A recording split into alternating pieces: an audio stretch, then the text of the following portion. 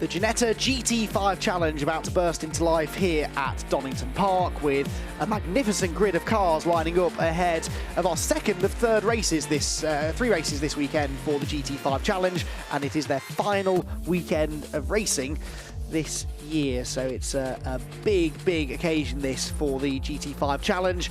And a great race yesterday saw a race victory go the way of Jerry Nicosia, who mathematically coming into the weekend was still a championship contender. Scott McKenna and Josh Steed were second and third, and they will all be towards the sharp end of the grid for this race as well, except Scott McKenna does not necessarily appear to be there at the front of the grid. Now, this is because we think provisionally that he has done enough to wrap up the title in yesterday's race by potentially a solitary point. Now, what often happens in this case, and we've seen it happen actually with the GT5 Super Cup in the past as well, is that if a driver wraps the title up with races to spare, the last thing they want to do is go out and race in those last races and pick up a penalty.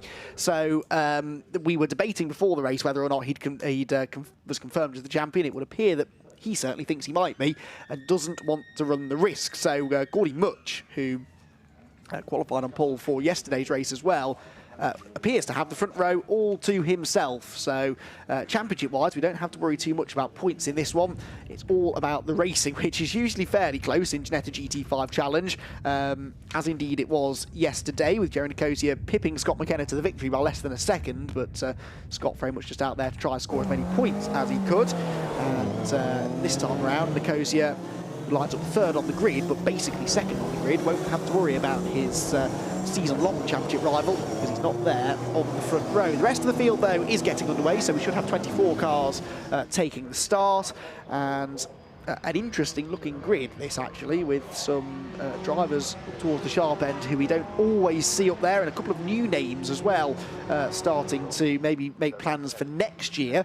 And for example, you can see that that blue and yellow car there that all season long has been driven by Sammy Saraline, and this weekend being driven by Ryan Firth, who's done the odd meeting this season, but has not done a full season campaign. Well, you can see he's going to line up third on the grid. So Gordy Much then has the front row all to himself, with no sign of Scott McKenna alongside him. Row number 2 will see Jerry Nicosia line up with, in theory, Danny Harrison alongside him, I believe. I'm not sure whether Danny was there actually either. We'll check that in a moment or two. Then Ryan Firth and Abby Pulling in potentially our first full row of the grid. Great qualifying efforts from both of those two. This grid, remember, based on the second fastest lap times from qualifying yesterday morning, with Matt Maxted and Adam Smalley second in the championship, lining up 8th on the grid. Katie Milner is back in the top 10 with Will Durdle alongside her, rounding out the top 5 on the grid. Then Josh Malin and Josh Steed. Malin in particular, from the 11th place on the grid, should move forward. He's 5th in the points. Conor Grady likewise is top 6 in the points, but starts from down in 13th with Magnus Crick-Lively alongside. Then Alistair Barkley and Charlie Budd, with Gus Bowers and James Townsend, the first of our AM drivers. James mathematically is still a championship contender in that championship as well. Wesley Pearce and Dale Albert are next. They round out the top 20 overall and are second and third respectively in the AM class, ahead of Jesse Chamberlain and Chris Threadgill. Daniel Budd and Bal Sidhu will be on the 12th row of the grid, with Phil McGarty hopefully starting right at the back on his own. So the cars then work their way around. There is the number 50 of Katie Milner, who's been competing in the GT5 Challenge for a few seasons now and is rather good at it. She's had a few solid results this year, although it's been a slightly less positive season maybe than the last couple of years have been, where she's regularly been a top 5 and even podium contender. But she's starting to find maybe a bit of that pace again this weekend. 9th on the grid is Katie, which actually incidentally is the position she also occupies in the championship coming into this final round of the year. But 2 races here today, and yeah, I'm just looking, I can't see Danny Harrison on the grid either. So yeah, I think that graphic we had is correct. Danny Harrison, and I've no idea why he wouldn't be on the grid, because he, championship-wise, is all the way down in 7th. He didn't finish yesterday though, so I wonder whether possibly either damage or a mechanical issue that can't be fixed has prevented him from taking the grid in this one. Either way, it's a slightly thin grid at the sharp end, but we've still got a few potential race winners. Gordy Much has won twice already this year. He won the very first race of the year at Donington Park. He also won the second race on the Snetterton 300 layout a few weeks ago, whilst the championship was supporting the British Touring Car Championship. And so Gordy has been a winner. He's had a series of podiums at Zandvoort as well earlier on this season, so he is a regular front runner, or is becoming a regular front runner in the championship. If he sticks around for another year in 2020, there's every chance that he's going to be a title contender then. Jerry Nicosia, who lines up third on the grid, has also had 2 victories, so will either of them get their third, or will we see a new name on the top of the podium? Well, we'll find out in 15 minutes, because the race gets underway, and it's a good start made by Nicosia. Look from the second row, he's already up alongside Gordy Much as they head towards Redgate Corner. In fact, forget about being alongside, he's swept through into the lead of the race. So Jerry Nicosia getting cheered on, I think, there from the sidelines at Redgate Corner. That's fantastic. I can hear the crowd cheering above the sound of the cars as they pour through the first turn. So Jerry Nicosia, a popular race leader as they head down the Grader curves for the first time and in towards the old hairpin. Gordy Much has gone second, and that looks like Adam Smalley coming into third, because he makes contact with Ryan Firth, and they both go off into the gravel track. Ryan Firth is off, Adam Smalley is beached. No, and that's Katie Milner off as well, in I think a separate incident with another car that was stranded, I think, further around the corner. Oh, and also off on the exit of the turn is number 24 from a bit further down the order. That's Will Durdle that's gone off heavily into the barriers. So I fear we may be about to see our first safety car appearance of the day. Nicosia leads, Much is second, and I've no idea who's coming to third, because it's all changed then. That might be Josh Malin, is it maybe, that's coming through from towards the back of the top 10. Meanwhile, side by side for the lead of the race as Gordy Much tries to get back up the inside of Jerry Nicosia into the chicane, but Nicosia having none of it. It is Malin third. That's remarkable. Josh Malin, who started this race in 11th on the grid, picked his way through the carnage and got into third place, and now a safety car is being scrambled, so that big gap in front of Malin to the leading 2 will vanish in the blink of an eye. Matt Maxted is fourth in the black and orange car, then it's Abby Pulling, and then Charlie Budd as well. Charlie Budd came from 16th on the grid and has gained 10 positions already out of all of the shenanigans down through the Craner curves and the old hairpin. That's good news. Will Durdle is out of what's left of his Ginetta G40 because there isn't a lot of it left. I think the left-hand side looks okay, but I think he went in on the right-hand side, potentially. Driver's side, therefore, and that appears to have done quite a bit of damage to that side of the car and the tyre wall, which possibly will take the longest to deal with. So Nicosia then with a brilliant start there, where he had a gap in front of him, I guess, and alongside him where McKenna and Harrison respectively should have been. But nonetheless, he used that to full advantage, got the lead away from Gordy Much, who is in second now then. But then some brilliant performances behind. So Josh Malin started 11th and is now third. Matt Maxted started 7th and is now 4th. Abby Pulling started 6th, then only gained 1 place, so she just wasn't trying hard enough there, really, was she? She's into the top 5, though, with Conor Grady 6th, then Gus Bowers and Charlie Budd, as I said, gaining those 10 positions. Alistair Barkley, who's been one of the front runners in the G40 Cup this year, but he's stepping up to the GT5 Challenge this weekend, presumably with a view to doing a full season next year. Well, he started 15th and he's into 9th, and then James Townsend leads the AM category. Dale Albert is the AM Championship leader. Now, in yesterday's race, Dale Albert finished 3rd, but his nearest rivals, Wes Pearce and James Townsend, neither of them got to the end. So that pretty much has wrapped up the title for Albert in the AM category as well. So, so far so good for him. He's worked his way into 3rd place again at the start of this one. So we'll hopefully be able to start piecing this all together in a moment or two, because there were at least 3 separate incidents, I think. We'll start at the start with this brilliant getaway for Jerry Nicosia, who was able to drag himself alongside and, in fact, in front of Gordy Much before they even got to the braking zone at Redgate Corner. And as they turned through Redgate, everyone got cleanly through the first corner, and then they all sort of relaxed a bit too much, I think, and it all kicked off down the Craner curves. Replay from the rear of the field here as what a great sight they make, these Ginetta GT5 Challenge cars as well, all swarming 4 and 5 abreast across the track into the braking zone at Redgate. Here we'll see that start from Nicosia. The initial launch wasn't anything to write home about. It was just as he went up through the gears in the second phase of the start that he really was able to pick up some momentum. You see just there as they go from first to second gear, maybe that first gear change was a bit smoother for Nicosia and he just powered past Gordy Much and listen to the presumably the Nicosia family, and it is a fairly extensive Nicosia family as well, that appear to be cheering him on from the sidelines. Now, then they go down the Crane of Curves. Keep an eye on the battle for third here, because it's that's where the contact is made. So Ryan Firth, the blue and yellow car, the yellow and black is Adam Smalley. They're almost leaning on each other there, and then, oh, well, I think Firth tried to get back in line, and then sort of didn't realise maybe that Adam Smalley wasn't going to leave him room. I'm not entirely sure, but then Katie Milner, I think I spotted, just went off on her own in the background. You can see her, the red, white and blue car, just running wide, but there was another spinner towards the back of the field, just there, look, you can see, so that was another car that had a half rotation, and there was the secondary contact, and it's going to be a big rearward hit there for Will Durdle into the tyre barriers at Starkey's. So there were at least 5 or 6 cars involved in various issues there through the Crane of Curves, the old hairpin, and the exit of the old hairpin.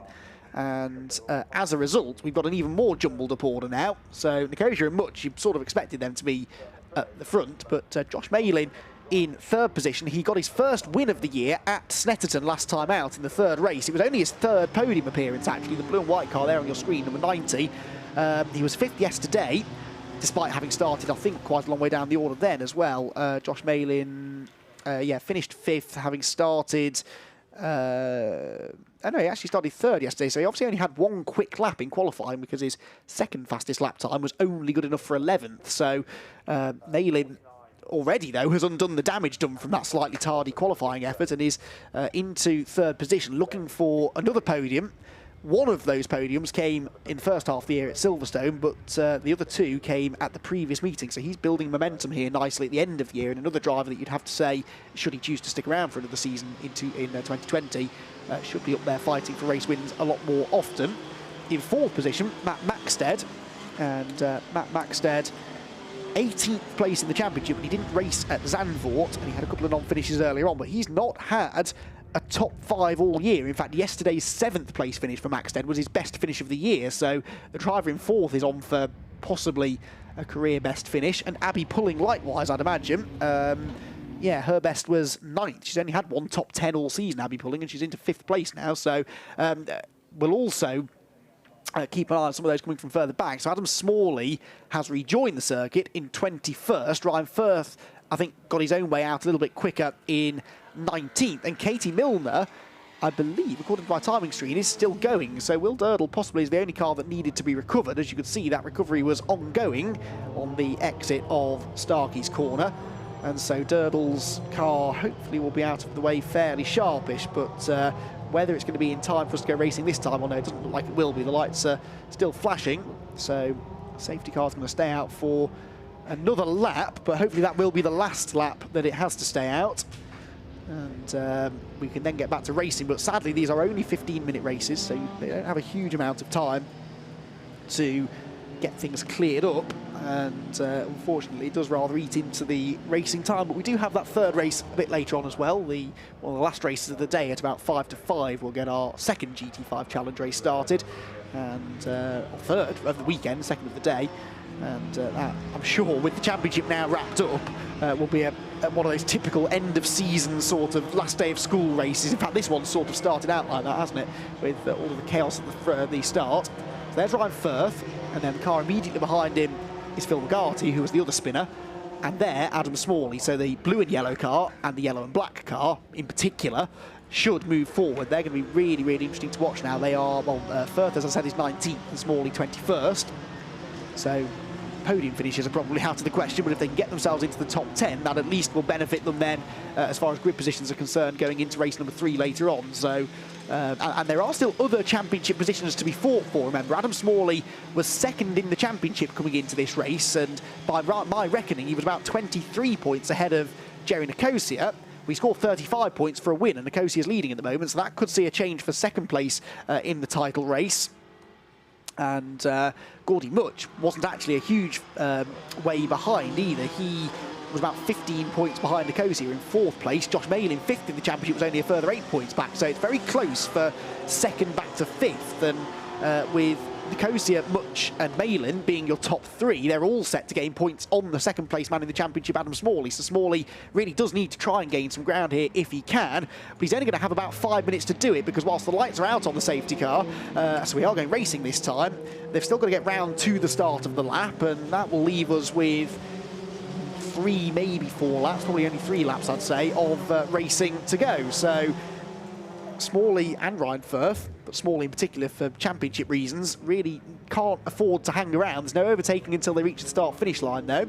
Jerry Nicosia acting now as the pace car, bunching everybody up. When does he accelerate? I think he's gone already out of Melbourne. Once you accelerate once, you're not allowed to slow down again. You can't have a second bite of the cherry, so that's it. That is the restart done, but no overtaking until they get to the start-finish line, so they have to stay single file through Goddard's. It's a good restart this from Nicosia though. He's further ahead of Gordy Much now than he was before the safety car came out, and Gordy of course now has Josh Malin to worry about behind him as they streak across the start-finish line. Abby pulling in 5th is defending busily from Connor Grady, the bright orange machine behind, but Connor can't get through. It's a very animated crowd of spectators down at Redgate Corner who are thoroughly enjoying this Ginetta GT5 Challenge race. You can see them in the background there cheering on. I said it was a big crowd here at Donington Park, and lots of these drivers, young up-and-coming drivers who have their friends and family along to support them rather energetically as well. Oh, Abby pulling was energetically defending there from Connor Grady, but she's made a bit of a hash of the old hairpin, and Grady goes through, so put Connor Grady into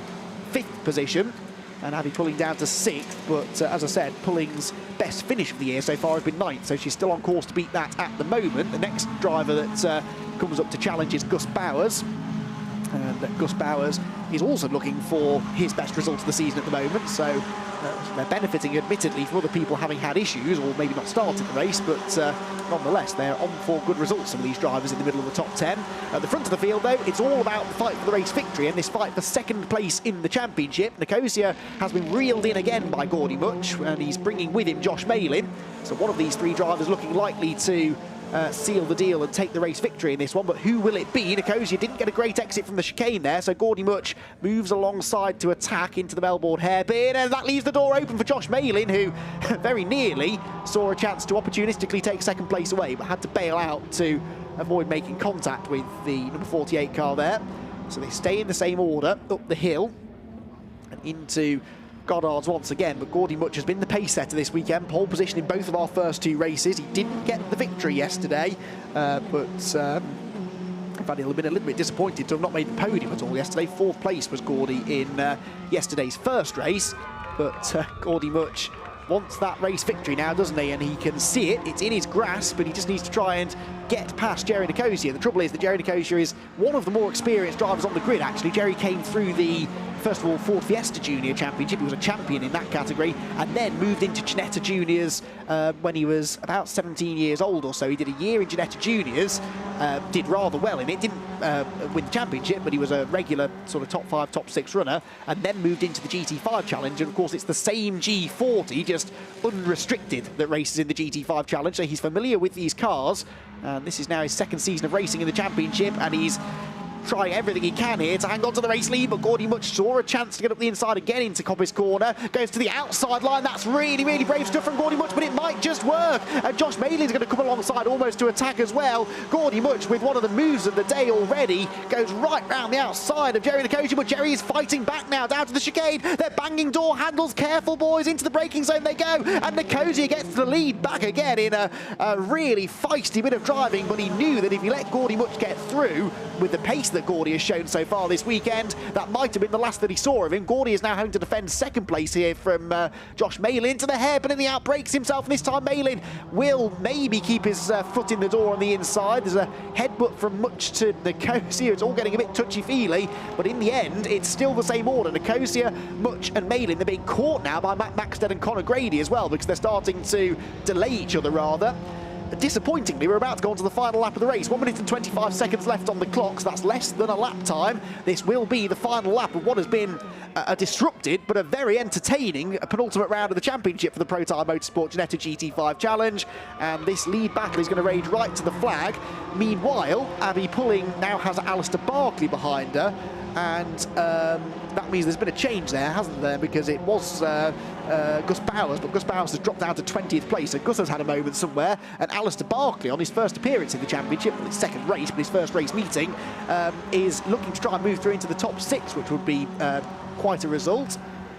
What's going on for the leaders then? Gordy Much starting to get away from Josh Malin again, which is his first priority on this final lap. His second priority is to then get back onto terms with Nicosia and have a go at getting the lead back, which he might yet have a chance to do because he's closing it again. Look at the muck on the road up at Coppice Corner. Lots of gravel and dirt that's been strewn across the track. Hopefully that'll get cleared up after this race is done.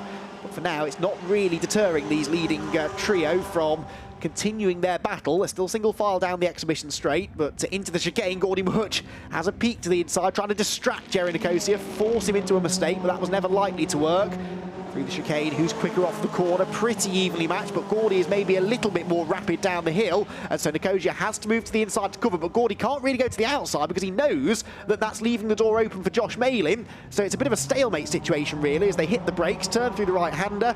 They're continuing to be caught by Matt Maxted, but I don't think he's quite going to get there unless it all kicks off in front of him at the final corner, which is what they're approaching now. Jerry Nicosia gets into the corner first. Gordy Much has another little lunge to the inside. There is a gap. There's almost a bit of contact between them, but Jerry Nicosia is just about going to hang on to take his third victory of the year, his second of the weekend, and Jerry Nicosia now moves into, provisionally I reckon, second place in the championship, depending on where Adam Smalley got to. Josh Malin is an ecstatic third from 11th on the grid. Fourth place for Matt Maxted and fifth Conor Grady. Abby Pulling fended off Alistair Barkley for sixth position.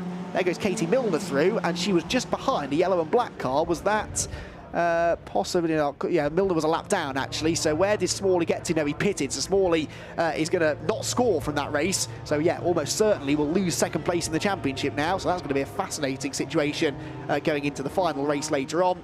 But Jerry Nicosia, your race winner, Gordy Much set the fastest lap on the final lap in his pursuit of the number 5 car, but it just wasn't quite enough.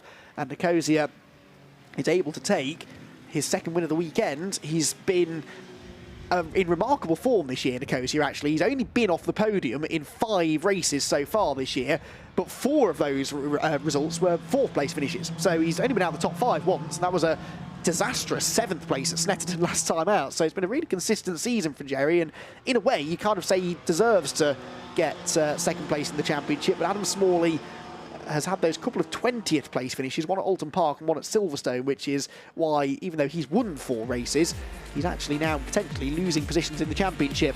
Nicosia then with the win, Much second and Malin third, with Matt Maxted 4th and Conor Grady in 5th. Abby Pulling was 6th with Alistair Barkley in 7th. Charlie Budd, that's got to be his best result of the year as well, I would imagine, in 8th. Yes, it is. It's his first top 10, with Josh Steed in 9th, and Ryan Firth recovered from that off on the first lap to finish in 10th. Daniel Budd is 11th. Wesley Pearce is 12th and wins the AM category, with Michael Cricklivy in 30th. Dale Albert is 14th and 2nd in the AM class for the championship leader, so that again should be enough now for him to consolidate his position at the top of the points table, whilst Chris Threadgill even rounds out the top 15. Phil McGarty is on the AM podium in 3rd place in AM, 16th overall, ahead of Gus Bowers after his first lap spin. Then it was James Townsend and Jesse Chamberlain, Bal Sidhu and Katie Milner, and then we lost Adam Smalley on the first lap. Essentially, he got back out of the gravel but then pulled in to retire, and Will Durdle heavily into the barriers on lap 1. Well, let's remind ourselves of some of the action then as the race got underway, with a couple of the heavy hitters at the front not there, but it still didn't rob us of a cracking race. Jerry Nicosia got an even better start and got ahead of Gordy Much to the enthusiasm and much to the happiness of his fans watching trackside. He got the lead, but he wasn't going to have an easy time hanging on to it. Down the crater curves, though, it all went wrong for Ryan Firth and Adam Smalley. They collided whilst debating 3rd place and both skated into the gravel trap along with Katie Milner and Gus Bowers. And then on the exit of the old hairpin, there was another collision that would see Will Durdle head heavily into the tyre wall. Will had briefly got his way into the top 5 as a result of other people's offs, but there was the contact. He speared off into the barriers. It was Josh Steed that he collided with, and then the barrier he collided with even more heavily. unsurprisingly, that brought out a safety car period, and after it came in, we had 3 laps of racing to go. Nicosia would hang on to the race lead, whilst a few others further back slipped and slid their way around. A very spectacular rotation down to the old hairpin for the 69 car of Jesse Chamberlain. At the front, Gordy Much was applying the pressure. He was asking all of the right questions of Jerry Nicosia, but with Josh Malin also joining in the fun, Gordy just wasn't able to get through. Nicosia then held on to the race victory. Gordy Much was behind him by only 2/10 at the flag. Another cracking race in the GT5 Challenge.